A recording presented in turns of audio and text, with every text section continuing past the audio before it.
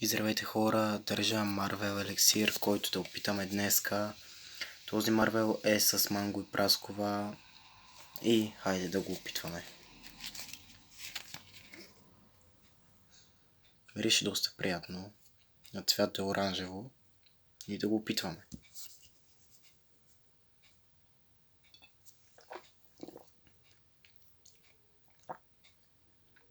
Това е много вкусно. Има много приятен вкус, по-скоро на тропически плодове, усеща се мангото, да, както и прасковата, но има вкуси на кокос. Като цяло е много приятно. Оценка 10 от 10, това е мега вкусното.